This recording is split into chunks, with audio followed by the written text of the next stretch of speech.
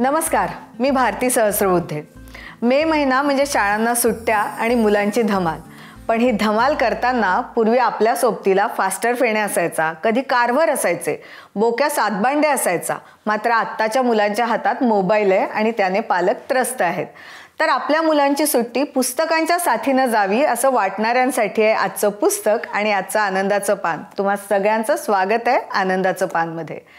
1695 smart robot, AI आणि औरंगजेब ही बालकुमारांसाठीची कादंबरी आहे, जी लेखक सुरेश वांदिले यांनी लिहिली आहे. आत्ताच्या लहान मुलांचा कल लक्षात घेऊन लिहिलेली अशी ही कादंबरी आहे आणि याविषयीच आजच्या आपल्या गप्पा आहेत.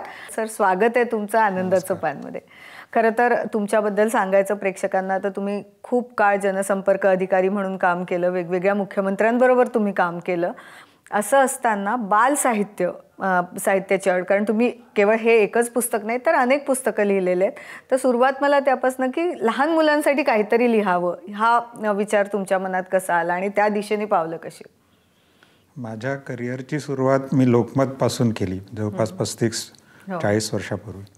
त्यावेळेला लोकमत नागपूरने लोकमत कॉमिक्स नावाचं एक कॉमिक्स काढलं होतं आणि ते असं देशी स्वरूपातलं पहिलं असं कॉमिक्स होतं आणि मी नुकताच जर्नलिझम करून आलो होतो आणि मला त्यांनी त्याची जबाबदारी सोपवली आणि त्यानंतर मी त्यात खूप रमलो आणि मी बाल साहित्याच्या क्षेत्रात जवळपास 35 वर्ष मी सातत्याने म्हणजे लिहित आहे. आणि मुलांसाठी लिहिताना म्हणजे माझं एक स्वतःचं विश्व तयार होतं आणि तो जो एक आनंद मिळतो तो एक अद्वितीय आनंद असतो आणि त्यातून मी सतत लिहित राहिलो. म्हणजे मी नंतर तुम्ही म्हणालात त्या आपण मुख्यमंत्र्यांकडे होतो, तुम्हाला माहीत आहे की तिथलं काम खूप असं तणावपूर्ण असतं, पण त्यातून म्हणजे जी मुक्ती मला मिळायची किंवा असं रिलीफ मिळायचं तो या बालसाहित्याने मला खूप दिला. त्या काळातसुद्धा मी सांगायचं म्हणजे सामन्यामध्ये माझं जवळपास 3 ते 4 वर्ष मुलांच्या कथेवर एक माझा कॉलम त्यांच्या उत्सव पुरवणीमध्ये होता. सर, आता आपण आपल्या ही जी कादंबरी आहे त्याकडे येऊया. एक तर खरं तर नाव, या नावापासून सुरुवात करूया, कारण ते इतकं इंटरेस्टिंग आहे की जो वयोगट तुमच्या डोळ्यासमोर, आपण जेव्हा बालकुमार कादंबरी म्हणतो तो वयोगट म्हणजे कुमार, साधारणपणे 8वीच्या पुढचे किंवा 7वी-8वीच्या पुढची मुलं तुमच्या डोळ्यासमोर असतील, तर त्यांना आकर्षित करणारं असं हे जे 1695, त्याच्यात औरंगजेब आहे, त्याच्यात AI आहे, त्याच्यात रोबो आहे. तर आम्हाला थोडंसं त्याचं बॅकग्राऊंड पुस्तकाचं आणि म्हणजे आपल्या वाचकांना, प्रेक्षकांना कळेल अशा पद्धतीने. एक साधारणतः 1.5 वर्षापूर्वी राजहंस प्रकाशनाने कुमार विज्ञान कादंबरी स्पर्धा आयोजित केली होती. तर त्या स्पर्धेमध्ये भाग घ्यावासा मला खूप तीव्रतेने वाटला आणि मग मी विचार करू लागलो की आपण काहीतरी वेगळं आणि आजच्या मुलांना कळेल असं आधुनिक तंत्रज्ञान त्यांना माहिती होईल अशा पद्धतीचं आपण त्या लिखाणात आपण आणलं पाहिजे आणि ते सहज, सोप्या, सुलभ भाषेमध्ये आणलं पाहिजे असा विचार करत असताना मला AIच्याबद्दल त्यावेळेला म्हणजे सध्या खूप चर्चा सुरू आहे, माझ्या मनात पण ते होतंच. आणि त्याच सुमारास मी एका वर्तमानपत्रामध्ये औरंगजेबाच्या एक जहाजावर जो दरोडा पडला होता त्या दरोड्याची म्हणजे परीक्षण आलं त्या पुस्तकावर आणि ते वाचत असताना एका वाक्यावर मी अडखळलो. औरंगजेब त्यावेळेला आपला हिंदुस्थानचाच नाही तर जगातला प्रबळ सम्राटांपैकी एक होता आणि ब्रिटिश नुकतेच भारतात आले होते, ते व्यापारासाठी सगळीकडे फिरत होते आणि औरंगजेबाची परवानगी त्यांना हवी होती. औरंगजेबाने त्यांना सांगितलं की त्या जहाजावर जो दरोडा टाकला होता तो एका ब्रिटिशाने टाकला होता, तुम्ही शोधून द्या असं त्यांनी त्यांना म्हणजे दम दिला.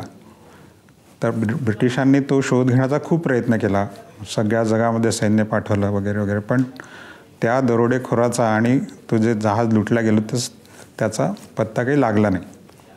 आणि कालांतराने औरंगजेबाने पण त्याचा पाठपुरावा केला नाही असं एक वाक्य होतं आणि तिथे मी अडखवलं, म्हटलं यांनी का पाठपुरावा केला नसेल.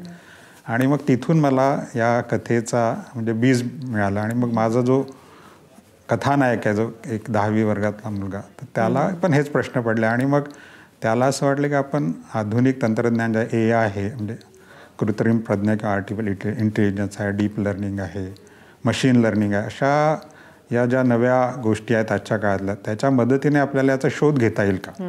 आणि मग त्याचे वडील कॉम्प्युटर सायन्सचे प्राध्यापक असतात, त्यांना तो सांगतो त्यांना ती कल्पना अतिशय वेडगं वाटते. पण वेडगं जरी वाटले तरी त्यांना असं वाटतं की आपण आपल्या मुलाच्या मनात जे आलेलं आहे त्याला एकदम आपण असं दुर्लक्ष करू नये, आणि ते त्याला पाठिंबा देतात आणि मग दोघे मिळून ह्या सगळ्या प्रकरणाच्या अगदी खोल जातात.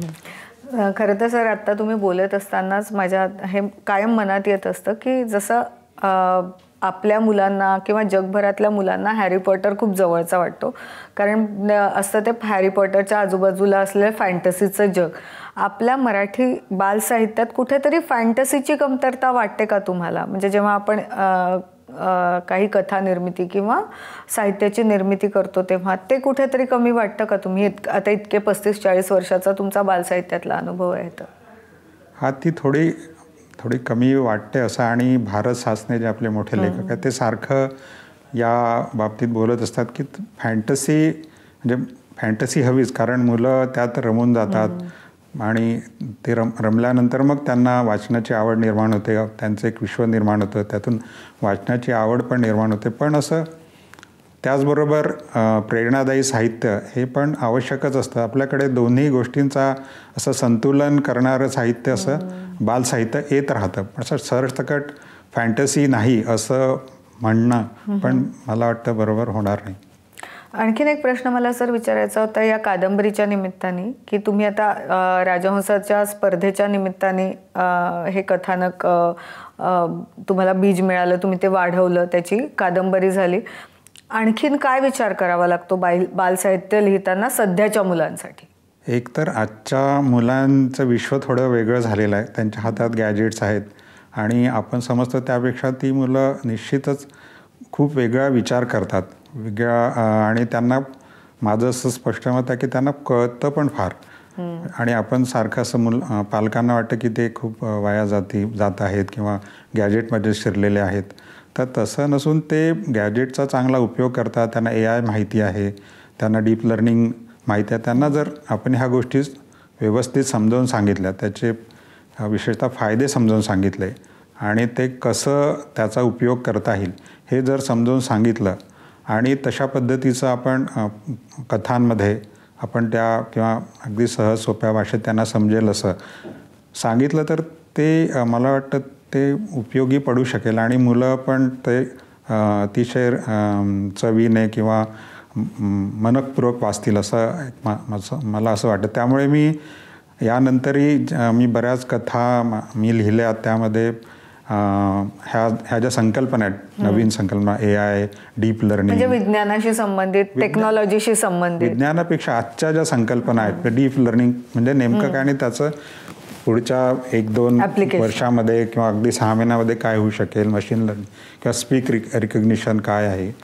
किंवा ह्या सगळ्या गोष्टी याच्यामध्ये पण खूप विस्तृतपणे नाही आल्या. पण जसं सुबोध जावडेकरांनी या पुस्तकाचं परीक्षण केलं, त्यांनी असं म्हटलं की ह्या सगळ्या ज्या विज्ञानाच्या संकल्पना आहेत त्या अगदी सहज, सुलभ आणि फार त्या तांत्रिकतेकडे न जाता ती माहिती आलेली आहे आणि ती अशाच पद्धतीने ती यायला हवी. आणखीन एक छोटासा प्रश्न मला, म्हणजे हा कायम माझ्या मनात असतो प्रश्न, की आता तुम्ही जसं या पुस्तकाच्या नायकाचा उल्लेख केला, जो 10वीतला मुलगा आहे, जो धडपड्या आहे आणि त्याच्या मनात काय काय विचार येतात आणि त्यातून हे पुस्तक घडत जातं. काही वर्षापूर्वी फास्टर फेणे होता, मग बोक्या सातपांडेसारखं एक कॅरेक्टर होतं जे मुलांना खूप जवळचं वाटत होतं. आत्ताच्या मुलांसाठी तसा हिरो निर्माण होऊ शकलेला नाही अजून असं वाटतं का? तसा हिरो म्हणा किंवा तसं कॅरेक्टर. हा, असं म्हणजे म्हणता येईल की गेल्या म्हणजे तुमची किंवा माझी पिढी आपण फास्टर फेणे वाचला, नंतर बोक्या सातबांडे सारखे कॅरेक्टर्स, आणि पण आपण ज्या वेळेला शिकत होतो किंवा आम्ही शिकत होतो त्यावेळेला मुलांच्याकडे किंवा पालकांच्या साईडीत सुद्धा मनोरंजनाची साधनं किंवा इतर साधनं फार अल्प होती आणि त्याला डिस्ट्रॅक्शन म्हणतात ते कमी होता. आता तसे डिस्ट्रॅक्शन खूप आहेत. मुलांच्या हातामध्ये खूप साऱ्या आपण गॅजेट्स दिलेले आहेत आणि त्याला काही पर्याय नाही आणि चांगल्या पद्धतीने बरीच मुलं वापरतात, त्यांना अनेक गोष्टी कळतात. तर असं एखादा हिरो आपला तो येईल आणि ते सातत्याने वाचत राहतील. आता आपण म्हणतो की मुलांचा अटेन्शन स्पॅन पण कमी झालेला आहे. आपण फास्टर फेणेची किंवा 100 पुस्तक आपण ती अगदी हातात घेतली की वाचून काढायचो. तर तसं म्हणजे गेल्या काही वर्षामध्ये तर झालेलं नाही आणि कोणी प्रयत्नही केल्यासारखा दिसत नाही.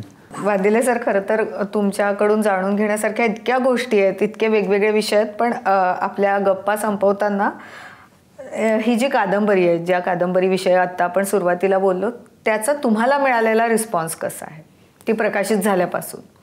मला याचा खूप म्हणजे छान प्रतिसाद मिळाला. एकतर मी इतके वर्षापासून लिहित होतो बालसाहित्यामध्ये, त्याचं पहिल्यांदा या पुस्तकाच्या निमित्त पुरस्कार मिळाला, ते रिकग्निशन म्हणजे मिळालं, पुरस्काराच्या रूपाने मिळालं. तर आणखी त्यानंतरही 2-3 पुरस्कार मिळाले. आणि जो माझा एक हेतू होता की या कथेद्वारे, कथानायक जो आहे त्याच्या मनात जे प्रश्न येतात ते प्रश्न आपल्या मुलांच्याही मनात येऊ शकतात. तर त्या प्रश्नांना पालकांनी असं हाटहूट न करता त्यांनी पण मदत करायला हवी ते प्रश्न सोडवण्याच्या दृष्टीने. तर हा एक त्यातला एक ज्याला अंतस्थ हेतू होता, तो पण म्हणजे साध्य झाला असावा असं एक मला वाटतं. खरंच सर, आज म्हणजे या पुस्तकाच्या निमित्ताने आपल्या गप्पा झाल्यात, तुम्ही अनेक गोष्टी आम्हाला उलगडून सांगितल्यात, त्यासाठी खूप आभार. आणि आज आनंदाचं पानमध्ये आलेत त्यासाठी पुन्हा एकदा आभार आणि शुभेच्छा. थँक्यू ताई. बच्चे कंपनीसाठीच्या पुस्तकानंतर एका नव्या लेखिकेच्या कथासंग्रहाविषयी जाणून घ्यायचंय. मधुरा इंदा पवार यांच्या नदी वाहते आहे विषयी स्वतः मधुराच सांगतायत. माझं नाव मधुरा मंगेश इंदा पवार. माझा नुकताच पहिला कथासंग्रह आला आहे, नदी वाहते आहे. ग्रंथालय प्रकाशनाने ते प्रकाशित केला आहे. नदी वाहते आहे या कथासंग्रहामध्ये 7 दीर्घकथा समाविष्ट आहे. नदीचं पाणी हे वाहतं असतं आणि पाण्याला जीवन असंही म्हणतात. तेव्हा 2 किनाऱ्यांमधून वाहणारं जीवन, मानवी जीवन यात मांडण्याचा एक नवोदित कथाकार म्हणून मी प्रयत्न केला आहे.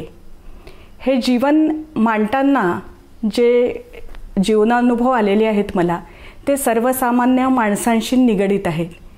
कारण मला असं वाटतं की कुठलंही सर्जनशील लेखन जेव्हा आपण करतो तेव्हा माणसांना समजून घेणं हे विशेष गरजेचं असतं.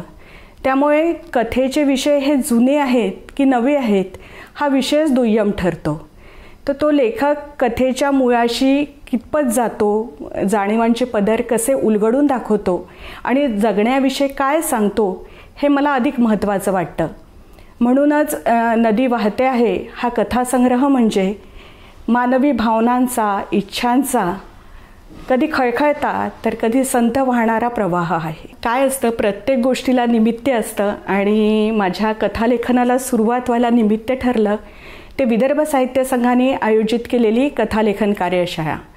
या कार्यशाळेमध्ये ज्येष्ठ साहित्यिक भारत सासणे सर आणि डॉक्टर रवींद्र शोभणे सर यांनी मार्गदर्शन केलं होतं.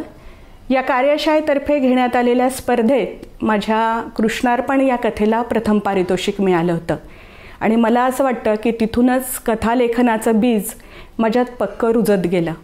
आणि इथे मला सगळ्यात महत्त्वाचं सांगावंसं वाटतं की मी नौखी कथाकार असूनही प्रपंच, मेनका, तरुण भारत, लोकमत, सकाळ यासारख्या प्रतिष्ठित दिवाळी अंकांनी नामवंत साहित्यिकांच्या सोबतीने माझ्या कथा आपल्या दिवाळी अंकात प्रकाशित केल्या आणि मला सतत प्रोत्साहित केलं. सध्या वाचकांना काय वाचायला आवडतंय हे दर आठवड्यात आपण जाणून घेतच असतो.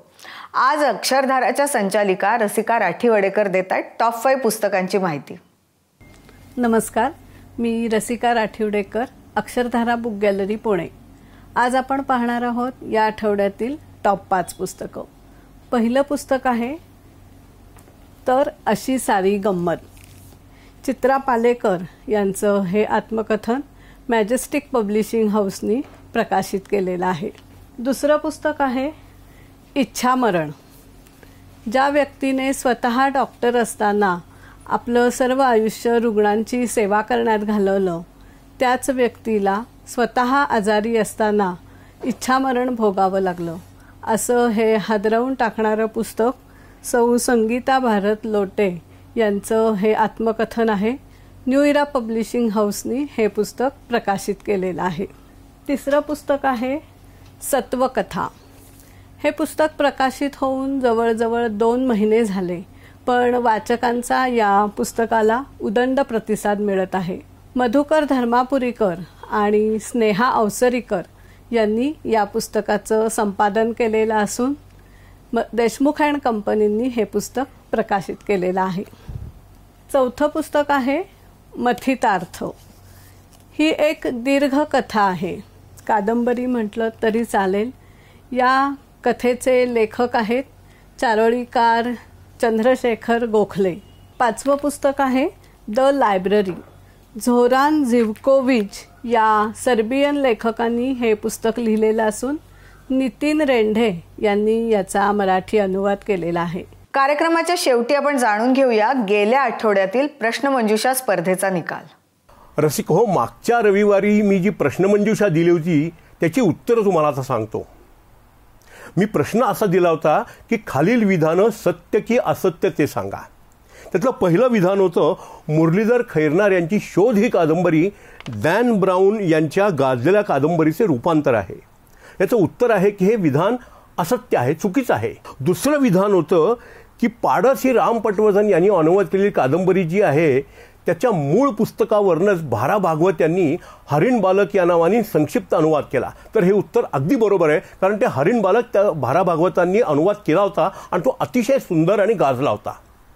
तिसरं विधान होतं हेमिंग्वे यांच्या old man and the sea या नोबेल विजेत्या कादंबरीचा अनुवाद पु ल देशपांडे यांनी म्हातारबा आणि सागर या नावाने केला आहे. तर हे विधान चुकीचं आहे, कारण की अनुवाद पु ल देशपांडे केला आहे खरं आहे, पण त्या अनुवादाचं नाव म्हातारबा आणि सागर असं नव्हे तर एका कोळ्याने असं नाव आहे. आणि हे आहेत आजचे विजेते.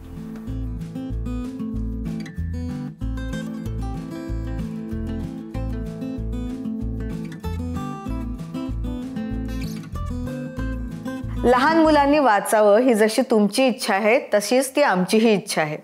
त्यासाठीच नवनवीन दर्जेदार पुस्तकं तुमच्यापर्यंत आणूच, पण तोवर वाचत राहा आणि इतरांनाही प्रेरणा द्या.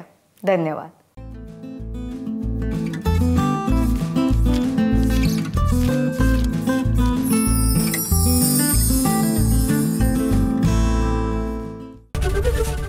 एबीपी माझा, उघडा डोळे बघा नीट.